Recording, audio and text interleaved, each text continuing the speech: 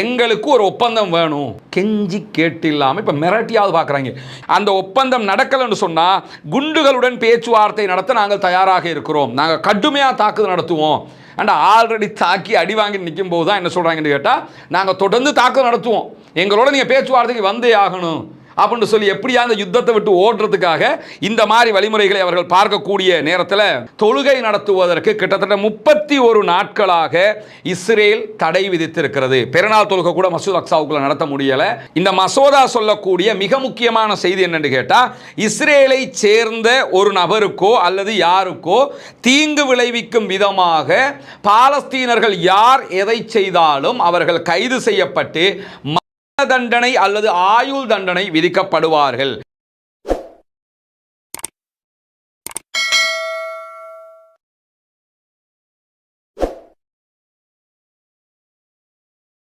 அன்பிற்கினிய சகோதர சகோதரிகளே, நம் அனைவர் மீதும் ஏக இறைவனுடைய அமைதியும் கருணையும் உண்டாகட்டுமாக என்கிற உயரிய பிரார்த்தனைகளோடு பாலஸ்தீனம் மீதான இஸ்ரேலிய ஆக்கிரமிப்பு இராணுவத்தினுடைய 2 ஆண்டு கால யுத்தம் தற்போது யுத்த நிறுத்தமாக மாற்றப்பட்டு இன்றோடு 172வது நாட்களை நாம் தாண்டி கொண்டிருக்கக்கூடிய இந்த சூழலில் ஈரான் மீதான ஒரு உச்சகட்ட யுத்தத்தை அமெரிக்க இஸ்ரேலிய கூட்டு ஆக்கிரமிப்பு படைகள் நடத்தி கொண்டிருப்பது நமக்கெல்லாம் தெரியும். இந்த தாக்குதல்களில் ஈரான் மீது மிக கடுமையான தாக்குதல்களை இந்த தரப்பாரும் நடத்துகிறார். அதே நேரம் ஈரானும் கடுமையான பதிலடி தாக்குதல்களையும் நடத்தி கொண்டிருக்கிறது. 1 மாதங்களை தாண்டியும் ஈரானை தோற்கடிக்க முடியாமல் தடுமாறுகிறார் ட்ரம்ப் என்கிற செய்திகள் தொடர்ந்து நீங்கள் பார்க்கக்கூடிய ஒன்றாக இருக்கிறது. இப்படியான சூழலில் ஸ்பெயினுடைய பிரதமர் 2-3 நாட்களுக்கு முன்பதாக சுட்டிக்காட்டிய ஒரு செய்திதான், ஈரான் மீதான இந்த யுத்தமே பாலஸ்தீனம் தொடர்பான முக்கியமான செய்திகளை மறைப்பதுதான் இஸ்ரேலிய அமெரிக்காவினுடைய நோக்கம். உலகம் முழுவதும் பாலஸ்டைன் மேலே ஒரு ஈர்ப்பு இருக்கிறது, பாலஸ்டைனை தனிநாடாக ஆக்கணும், பாலஸ்தீனம் பாலஸ்தீனர்களுக்கு சொந்தமானது என்கிற எண்ணப்பாடுகள் உருவாகி இருக்கக்கூடிய சூழலில் அதை மழுங்கடிக்க செய்ய வேண்டும் என்றால் ஈரான் மீது அட்டாக் பண்ணணும், ஈரான் மீது அட்டாக் பண்ணுகிற நேரங்களில் தேவையான வேலையை பார்த்துக்கணுங்கிறது தான் இந்த யுத்தத்தின் நோக்கம் என்பதை மிக தெளிவாக துல்லியமாக சொன்னவர் தான் ஸ்பெயினுடைய பிரதமர். அதே வழியில் நீங்கள் பார்த்தீங்கன்னா தற்போது இந்த ஈரான் இஸ்ரேல் வாருக்கு நடுவில் இஸ்ரேல் மிக முக்கியமான சில சட்டங்களை பாலஸ்தீனர்களுக்கு எதிராக இஸ்ரேலுடைய பாராளுமன்றத்திலே கொண்டு வந்து கொண்டே இருக்கிறது. இஸ்ரேலுங்கிறது பாலஸ்டைனை அபகரித்து உருவாக்கப்பட்ட ஒரு நாடுங்கிறது உலகத்துக்கே தெரியும். பாலஸ்தீனர்கள் தான் அந்த நாட்டுக்கு சொந்தக்காரர்கள். ஆனால் அவர்களுக்கு எதிராக தண்டனை விதிக்கக்கூடிய ஒரு அகோரமான சட்டத்தை அவர்கள் திங்கட்கிழமை அவர்களுடைய பாராளுமன்றம் நெசட்டில் அவங்க பாஸ் பண்ணி இருக்கிறாங்க. 62 ஆதரவு வாக்குகளும் 48 எதிர்ப்பு வாக்குகளும் இதிலே பங்களிப்பு செய்திருக்கிறார். அதே நேரம் அரபு துருஸ் இனத்தைச் சேர்ந்த 3 பேரும் இந்த மசோதாவுக்கு ஆதரவாக வாக்களித்திருக்கிறார்கள் என்கிற செய்திகள் வெளியாகி இருக்கிறது. குறிப்பாக இந்த மசோதா சொல்லக்கூடிய மிக முக்கியமான செய்தி என்னன்னு கேட்டா, இஸ்ரேலை சேர்ந்த ஒரு நபருக்கோ அல்லது யாருக்கோ தீங்கு விளைவிக்கும் விதமாக பாலஸ்தீனர்கள் யார் எதை செய்தாலும் அவர்கள் கைது செய்யப்பட்டு தண்டனை அல்லது ஆயுள் தண்டனை விதிக்கப்படுவார்கள். இஸ்ரேல் நாடு இருக்கக்கூடாது, இது எங்க நாடு என்று யாராவது வாதிட்டால் அவர்களும் பாலஸ்தீனர்களாக இருந்து இஸ்ரேல் இருக்கக்கூடாது, இஸ்ரேல் எங்களுக்குரியது என்று சொன்னால் அவர்கள் கைது செய்யப்பட்டால் அவர்களுக்கும் தண்டனை அல்லது ஆயுள் தண்டனை விதிக்கப்பட்டு அவர்கள் சட்டத்தின் முன் தீர்ப்பளிக்கப்படுவார்கள் என்கிற செய்திகள் தான் சுருக்கமாக இந்த சட்டத்தில் தெரிவிக்கப்பட்டிருக்கக்கூடிய நிலையில் இதனுடைய இன்னும் ஒரு மறுபக்கமும் அதே சட்டத்தில் சொல்லப்படுகிறது.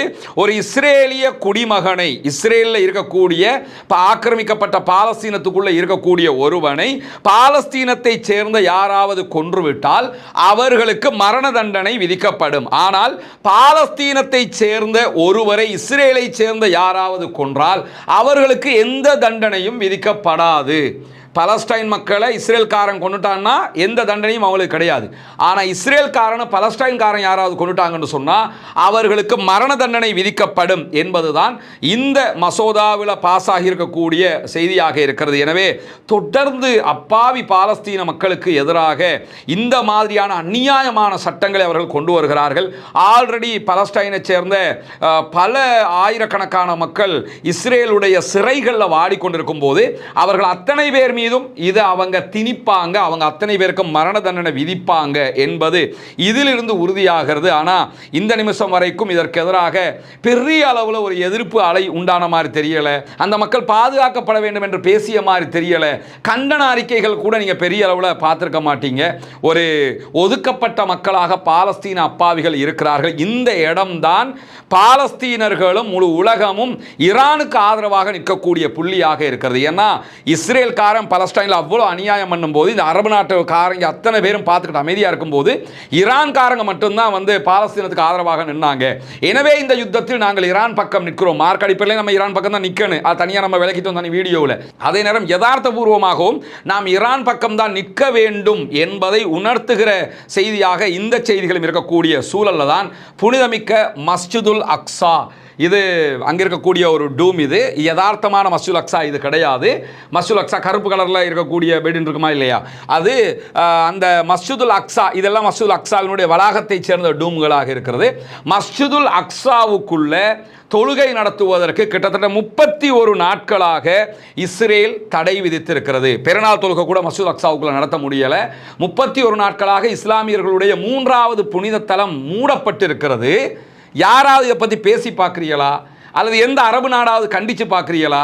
எந்த அரபு நாட்டுக்காவது கண்டிக்கிற திராணி இருக்குதுங்கிறதாவது நம்ம ஒத்துக்கொள்ள முடிகிறதா? எதையுமே பார்க்க மாட்டாங்க.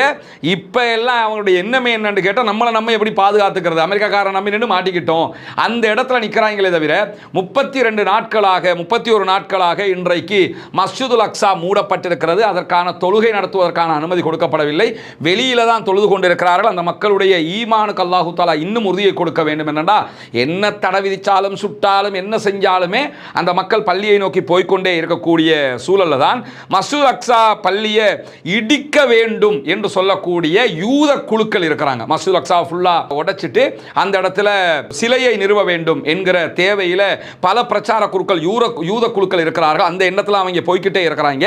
அந்த மாதிரியான குழு என்ன பண்ணுதுன்னு கேட்டால், பாஸ்கா என்கிற அவர்களுடைய பண்டிகையை நடத்த வேண்டும் அந்த பகுதிகளில் என்று கோரிக்கை விடுத்திருப்பது மட்டுமல்லாமல், பாஸ்காவில் அவங்க பலி சடங்குகளை செய்வாங்க அவங்க மத அடிப்படையில். அந்த பலி சடங்குகளையும் மூடப்பட்டிருக்கக்கூடிய மஸ்ஜிதுல் அக்ஸாவுக்கு உள்ள செய்யணும் அப்படிங்கிறதுல உறுதியாக இருக்கிறாங்க. ஏப்ரல் மாதம் 2 தொடக்கம் 9 வரைக்கும் உண்டான 8 நாட்கள் விடுமுறை நாட்கள். அந்த நாட்கள் தான் பாஸ்கா பண்டிகை என்று யூதர்கள் கொண்டாட இருக்கிறார்கள். அந்த நேரத்தில் மஸ்ஜிதுல் அக்ஸாவை எங்களுக்கு திறந்து தரணும், அதுக்குள்ள நாங்கள் எங்கள் மத வழிபாட்டை நடத்தி அறுக்கணும், நாங்கள் பலியிடணும் என்கிற கோரிக்கைகளையும் விடுத்திருக்கிறார்கள். இவ்வளவு அநியாயத்துக்கு மேலே அநியாயம். முஸ்லீம்களுடைய புனித தலம் கைப்பற்றப்பட்டு இவ்வளோ அநியாயம் பண்ணப்படுகிறது. எல்லாருமே பார்த்துக்கிட்டு தான் இருக்கிறாங்கிறது தான் மிக கவலையான ஒரு விஷயம். அல்லாஹ்வினுடைய புனிதமிக்க 3வது பள்ளிவாயல், அதற்காக அல்லாஹ்விடத்தில் பிரார்த்தனை செய்யுங்கள். அல்லாஹுடைய ஆலயத்தை அல்லாஹு தஆலா பாதுகாக்க வேண்டும் என்கிற உயரிய பிரார்த்தனைகளோடு இன்றைய நாள் அமெரிக்காவினுடைய சென்ட்காமினுடைய பொறுப்பாளராக இருக்கிற, அதே நேரத்தில் பென்டகனுடைய மிக முக்கிய பொறுப்பாளராக இருக்கக்கூடிய ஹெக்ஸத் ஒரு பத்திரிகையாளர் மாநாட்டை நடத்தி இருக்கிறார். அமெரிக்காவினுடைய இந்த வார் தொடர்பான செய்திகளை சொல்லியிருக்கிறாரு. அதில் அவர் பேசும்போது என்ன சொல்றாருன்னு கேட்டால், ஈரானோட நாங்கள் பேச்சுவார்த்தை நடத்திக்கிட்டே இருக்கிறோம், அதே நேரத்தில் ஈரானுடைய பதட்டத்தை அதிகரிக்கும் விதமாக நாங்கள் இராணுவத்தையும் அங்கே களமிறக்கிக்கிட்டே இருக்கிறோம். இவ்வளவு நாளாக ஈரான் சொன்னதை அவரும் சொல்லியிருக்கிறார். பேச்சுவார்த்தைன்னாங்க ஈரான், ஆனால் பேச்சுவார்த்தைன்னு சொல்லிக்கிட்டே இராணுவத்தை குவிச்சுக்கிட்டு இருக்கிறாங்க. மெரைன் படைப்பிரிவுகளை கொண்டு வந்து மத்திய கிழக்கில் நிலைநிறுத்தி இருக்கிறாங்கிறதெல்லாம் தெரியும்.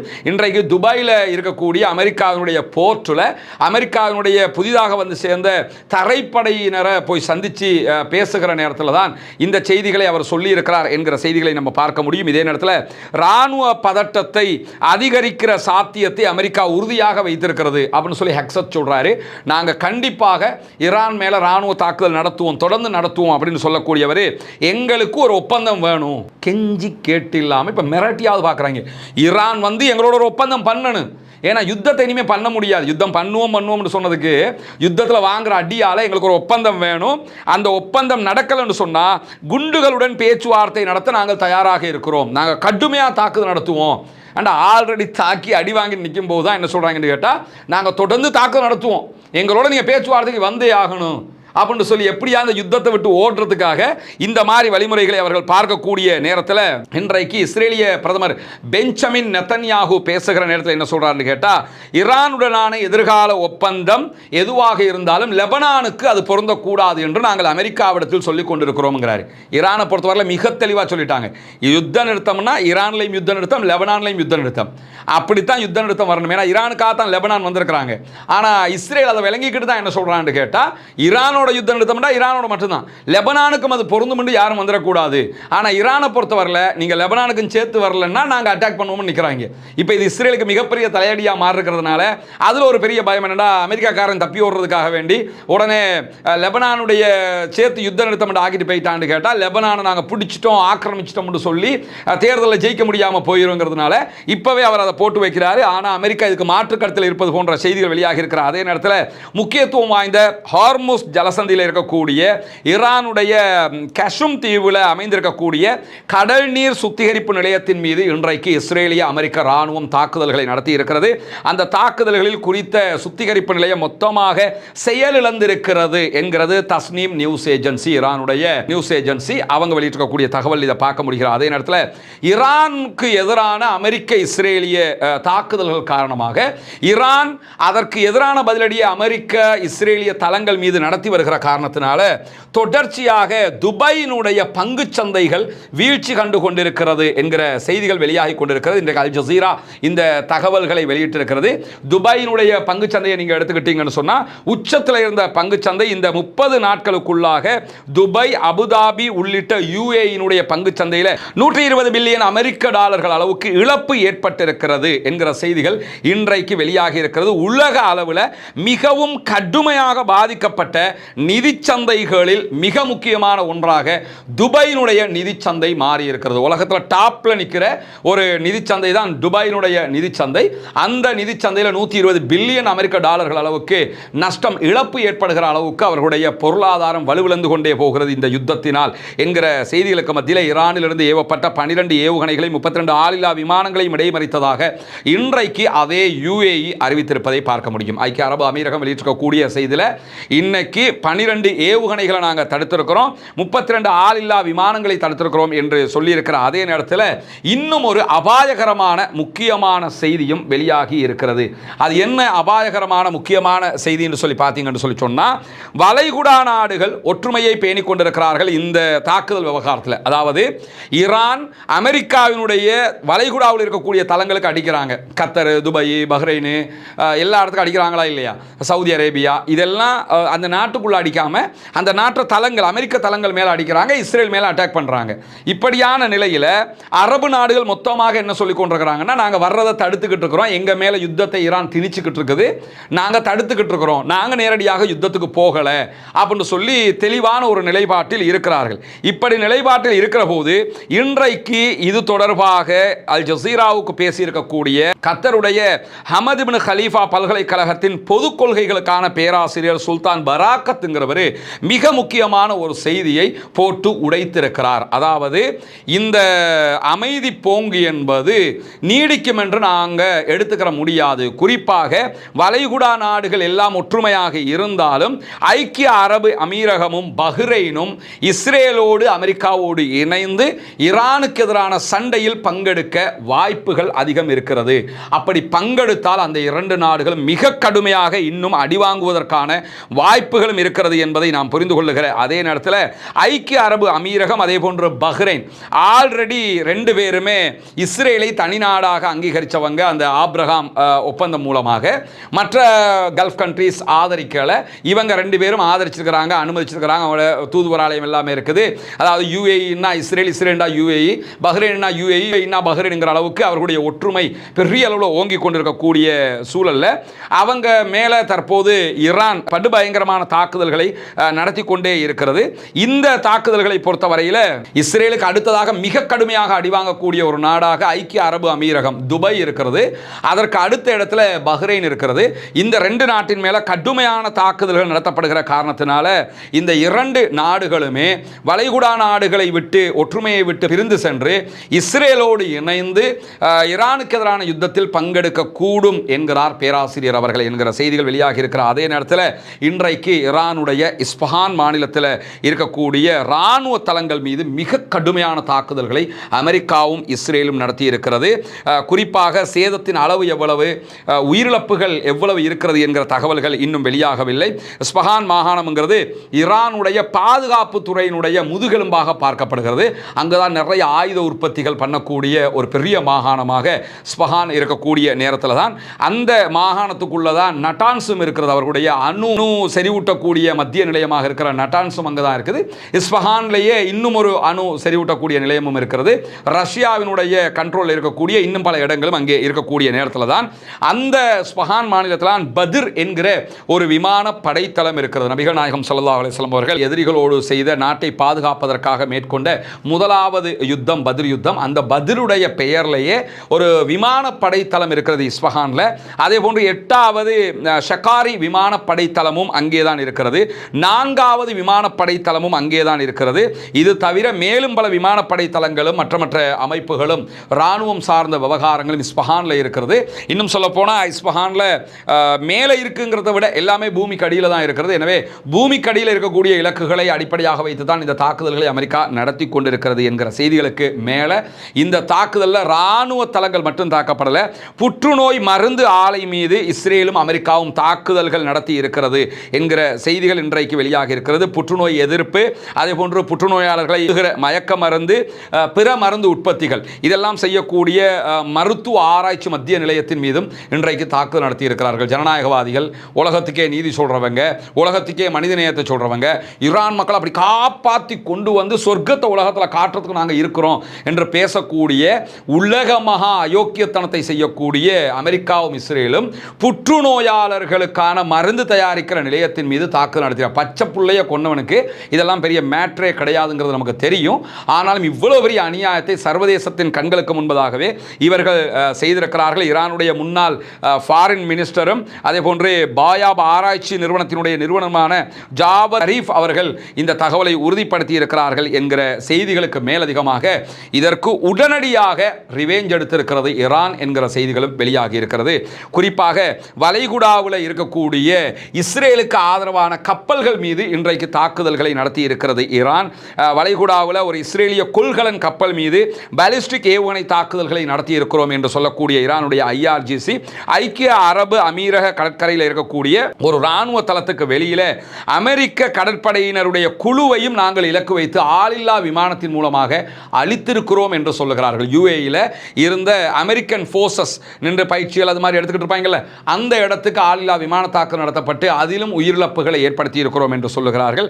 அதை தாண்டி பஹ்ரைனில் இருக்கக்கூடிய மனாமா விமான நிலையத்துக்கு அருகில் நிறுத்தப்பட்டிருந்த அமெரிக்காவினுடைய 5வது கடற்படையின் ஆளில்லா விமான எதிர்ப்பு அமைப்பை ஈரானுடைய ஆளில்லா விமானங்கள் அழித்திருக்கின்றன என்கிற செய்திகளுக்கு மேலதிகமாக குவைத்தில் இருக்கக்கூடிய ஒரு அமெரிக்க தளத்தில் இருந்த 2 மேம்பட்ட ரேடார் அமைப்புகளையும் ஆளில்லா விமானங்கள் அழித்திருக்கின்றன என்கிற செய்திகளும் இன்றைக்கு வெளியாகி இருக்கிறது. ரமதானுடைய மாதத்தில் நம்ம உங்களிடத்தில் மீண்டும் மீண்டும் வேண்டிக் கொண்டு வந்ததுதான் உங்களுடைய ஜகாத் மற்றும் சதகா நிதிகளை இலங்கையினுடைய கிழக்கு பகுதிகள் பொத்துவில்ல செய்து வரக்கூடிய இஸ்லாத்தை ஏற்றுக்கொண்ட சகோதர சகோதரிகளுக்கான வீடு கட்டும் கட்டுமான பணிகளுக்கு தந்து உதவுங்கள் என்று சொல்லி. ஏன்னா ஜகாத்தை பெறக்கூடிய தகுதி படைத்த 8 கூட்டத்தாரில் இந்த இஸ்லாத்தை ஏற்றுக்கொண்ட சகோதரர்களும் அடங்குகிறார்கள். அவர்கள் ஏழைகள் என்கிற காரணத்தினால அவர்கள் மிஸ்கீன்கள் அதே போன்று ஃபக்கீர்கள் பட்டியலையும் வருவாங்க. மொத்தத்தில் ஜகாத் பெறக்கூடிய 8 கூட்டத்தில் 3 கூட்டத்தினுடைய நன்மைகள் அவர்களுக்கு கொடுக்கக்கூடிய உதவிகளால் நமக்கு கிடைத்துவிடும் என்கிற செய்திகளை உங்களுக்கு நம்ம தொடர்ந்து சொல்லிக் கொண்டு வந்தோம். அங்குள்ள காட்சிகளையும் நம்ம காட்டியிருந்தோம். ஏற்கனவே 5 வீடுகளை நம்ம கட்டி கையளிச்சிருக்கிறோம். அந்த காட்சிகள் எல்லாம் தொடர்ந்து நீங்கள் பார்த்து வருகிறீர்கள். அதை தாண்டி இன்னும் 9 வீடுகள் கட்ட வேண்டிய தேவை இருக்கிறது. மொத்தம் 14 வீடுகள் என்கிற தகவல்களை உங்களுக்கு நம்ம சொல்லி வந்தோம். அதற்கான உதவிகளை நீங்கள் தொடர்ந்து வழங்கி வருகிறீர்கள். உங்களுடைய ஜக்காத்து தான தர்மங்களை தந்து வருகிறீர்கள். அந்த அடிப்படையில் தற்போது நம்ம 6வது வீட்டை கட்டுகிற பணியை ஆரம்பித்திருக்கிறோம். அதனுடைய காட்சிகளை தான் நீங்கள் முன்னாடி பார்க்குறீங்க. நீங்கள் தரக்கூடிய உதவிகளை கொண்டுதான் மக்களுக்கு தேவையான ஏழை எளிய மக்களுக்கு உரிய எல்லா காரியங்களையும் நம்ம பண்ணி வர்றோம். தித்வா புயலுக்கான பணிகளாக இருந்தாலும் சரி, அதற்கு பிறகு வாட்டர் டேங்கை நம்ம ஓப்பன் பண்ணி கொடுத்ததாக இருந்தாலும் சரி, மற்ற எல்லா பணிகளும் நீங்கள் தரக்கூடிய ஜகாத்து தான தர்மங்களை கொண்டு ஏழைகளுக்கு முறையாக செய்யப்பட்டு வருகிறது என்பது உங்களுக்கு தெரியும். அந்த அடிப்படையில் தான் தற்போது அல்ஹம்துலில்லாஹ் 6வது வீடை கட்டுகிற பணியை நம்ம ஆரம்பிச்சிருக்கிறோம். இந்த பணி தொடர்ந்து நடை நடைபெற்று 14 வீடுகளும் மீதி இருக்கக்கூடிய 9 வீடுகளும் கட்டி முடிக்கப்பட வேண்டும் என்பதுதான் என்னுடைய பிரார்த்தனையும் நிச்சயமாக உங்களுடைய பிரார்த்தனையாகவும் இருக்கும். எனவே இந்த பணியை சிறப்பாக முடிப்பதற்காக தொடர்ந்தும் உங்களுடைய உதவிகளை வாரி வழங்குங்கள் என்கிற கோரிக்கையை இந்த இடத்திலே முன்வைத்துக் கொள்கிறேன். எனவே இன்றைக்கு வெளியாகி இருக்கக்கூடிய மிக முக்கியமான செய்திகளுடைய தொகுப்பை தான் உங்களுக்கு நாம தந்திருக்கிறோம். இன்றைக்கு மேலதிகமாக 2 வீடியோக்களையும் ஏற்கனவே நம்ம ரஸ்மின் MISC நியூஸ் மற்றும் ரஸ்மின் டாக்ஸ் ஆகிய 2 சேனல்களில் வெளியிட்டிருக்கிறோம். அதை பார்க்காத சகோதரர்களும் அதனை பார்த்துக் கொள்ளுங்கள். காலையிலேயே ஈரானுடைய IRGC எவ்வளவு படுபயங்கரமான தாக்குதல்களை இஸ்ரேல் மேல நடத்தி இருக்கிறாங்க என்பது தொடர்பான முழுமையான ஒரு வீடியோ தனியாக வெளியிடப்பட்டிருக்கிற ரஸ்மின் MISC நியூஸ் என்கிற நம்முடைய இதே சேனல்ல, இதே ரஸ்மின் டாக்ஸ் என்கிற சேனல்ல அமெரிக்கா தற்போது ஒரு திட்டத்தை கொண்டு வருகிறார். இந்த யுத்தத்தினுடைய முழு செலவையுமே அரபு நாடுகள் தான் எடுக்கணும்னு ஆல்ரெடி கம்ப கொடுத்து அடி வாங்கிட்டு இருக்காங்க. அவங்க ஆல்ரெடி அங்க அமெரிக்காவுடைய தளங்களை வச்சு அடி வாங்கினதுனால இப்போ உக்ரைன் காரணாவது எங்களை வந்து பாதுகாத்து தாங்கடா என்று சொல்லுகிற அளவுக்கு அவர்கள் சென்றிருக்கிறார்கள். இப்படியான சூழ்நிலையில தான் மீண்டும் என்ன பண்றாங்க என்று கேட்டால் அமெரிக்காவே தற்போது இந்த யுத்தத்துக்கான எல்லா செலவையும் அரபு நாடுகள் தான் தரணும். எதுக்கு? இஸ்ரேலை பாதுகாக்கிறதுக்கு யுத்தம் பண்றான். இந்த யுத்தத்துக்கான செலவு அரபு நாட்டுக்காரன் கொடுக்கணும். இவங்க கொடுக்க மாட்டாங்கன்னு நினைச்சிடாதீங்க. ஆல்ரெடி 1990களுக்கு பிறகு நடந்த வளைகுடா யுத்தத்தின் போது இவங்க 50 பில்லியனுக்கு மேல கொடுத்தவங்க தான். எனவே இப்போதும் கொடுப்பதற்கான வாய்ப்புகள் நிறையவே இருக்கிறது என்கிற செய்திகளை தெரிவித்துக் கொள்கிறார். அதே நேரம் ஆக்கிரமிப்பாளர்கள் ஓய வேண்டும், ஆக்கிரமிப்புகள் நிறுத்தப்பட வேண்டும். ஈரானிய அப்பாவிகள் மீதான தாக்குதல்களும் ஆக்கிரமிப்புகளும் நிறுத்தப்பட்டு ஈரானிய அப்பாவிகள் மீதான ஆக்கிரமிப்பு தாக்குதல்கள் உடனடியாக நிறுத்தப்பட்டு லெபனானிய அப்பாவிகள் மீதான ஆக்கிரமிப்பு தாக்குதல்கள் உடனடியாக நிறுத்தப்பட்டு முழு மத்திய கிழக்கிலும் யுத்தங்கள் நிறுத்தப்பட்டு அமைதி திரும்ப வேண்டும் என்கிற பிரார்த்தனைகளோடு தொடர்ச்சியாக ஜனநாயக ரீதியாக ஆக்கிரமிப்பாளர்களுக்கு எதிராக குரல் எழுப்புவோமாக. வாஹ்ரதவானா அல்ஹம்துலில்லாஹி ரப்பில் ஆலமீன்.